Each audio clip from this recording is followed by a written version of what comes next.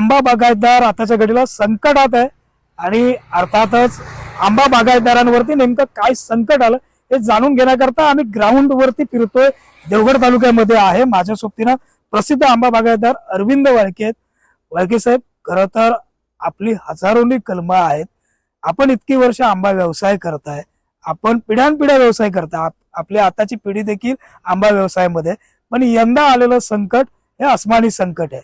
नेमकं काय संकट आहे ते आम्हा सर्वांना जाणून घ्यायचं। आताच्या वेळी या वर्षी तर देवगड तालुक्यामध्ये एवढे शेतकरी संकटात आहे की त्या संकटातून बाहेर येते वेळी मुश्किल आहे।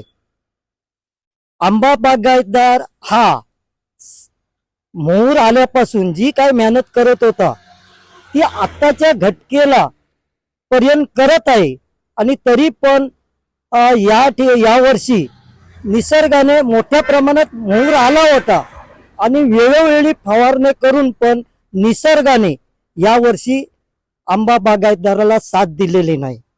एक तर मोहर आलेल्या मोहरामध्ये बराचसा मोहर वांज असल्यामुळे, त्याचप्रमाणे या वर्षी धुकं दव ह्याचा मोठ्या प्रमाणात वेळोवेळी संकट असं आलं की वातावरणामध्ये मोठा बदल। आत्ताच्या घटकेला पण या ठिकाणी दव धुकं सकाळच्या वेळी मोठ्या प्रमाणात बाहेर अंधार अशा परिस्थितीत आहे।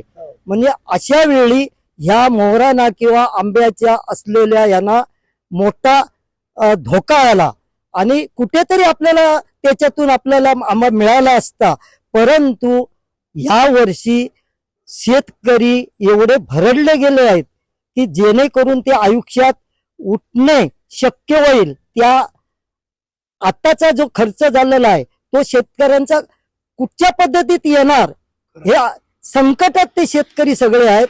आणि म्हणून मला एक शासनाला विनंती करायची आहे की जेणेकरून देवगड तालुका होणे दो, रत्नागिरी होणे दो, वेंगुर्ला होणे, मालवण होणे दो, हा संपूर्ण कोकणपट्टा एकदम म्हणजे एकदम फेल गेलेला आहे आणि त्याच्यामध्ये कुठेतरी तुरळक आंबा आपल्याला मिळणार तो म्हणजे कमीत कमी 10%। आता त्या 10% आंब्याने शेतकऱ्यांचे पैसे म्हणजे एक आपण हिसाब केला तर त्यांची आज असलेल्या कामगारांची मजुरी पण भागणार नाही आणि औषधांचा जो खर्च झाला आहे तो मोठ्या प्रमाणात झाला। आणि म्हणून ह्यावेळी शासनाने मला नम्रतेची विनंती करायची आहे की जेणेकरून शेतकऱ्यांना सरसकट कर्जमुक्ती करावी, ही माझी नम्रतेची विनंती आहे।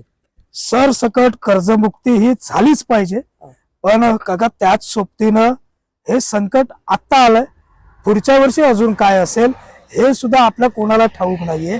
त्यामुळे शाश्वत पद्धतीची उपाययोजना व्हावी असं तुम्हाला वाटतं का, आणि ती काय असावी असं देखील सुचवा।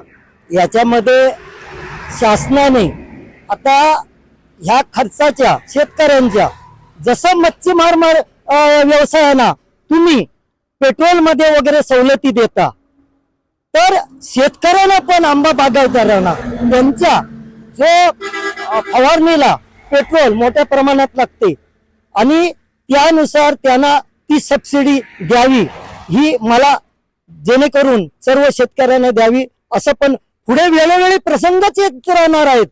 आता जवळजवळ गेल्या वर्षाच्या पेक्षा आता यंदा मोठा भयानक परिस्थिती घडली, पुढे कशी घडेल ही सांगता येणार नाही। तरी शासनाने याच्यावरती काहीतरी मार्ग शेतकऱ्यांसाठी काढावा अशी माझी नम्रतेची विनंती आहे। खरं तर अगदी शेवटचा प्रश्न आहे, अगदी म्हणजे त्या तडपेने मी या ठिकाणी आलोय, रस्त्यावरती उन्हातानात फिरतोय, आपल्यासारख्या बागायतदारांना भेटतोय, म्हणून त्याच तडपेने माझा प्रश्न आहे, तुम्हा आंबा बागायतदारांना आज संकटामध्ये आपला बागायतदार आहे, बागायतदारांना फक्त भाषण हवंय की कृतीतनं कुठंतरी कर्जमाफी झालेलं चित्र पाहायला भेटायला पाहिजे अशी अपेक्षा। तुम्हाला नेमकं काय हवंय? त्यासाठी आज शेतकऱ्यांचे जे कर्ज MKCC आहे, हा MKCC कर्ज सर्व शेतकऱ्यांना मुक्त व्हावं ही माझी नम्रतेची विनंती आहे। आपण आंबा बागायतदारांशी बोलतोय. सर्व आंबा बागायतदारांना कृती अपेक्षित आहे, भाषण नव्हे. कृतीतनं कुठेतरी या सर्व आंबा बागायतदारांना संकटातनं सावरण्यासाठी बळ देणं गरजेचं आहे, एवढीच अपेक्षा आंबा बागायतदारांची. राजेश शेदळकर सह साईनाथ गावकर, कोकण शाही, देवगड.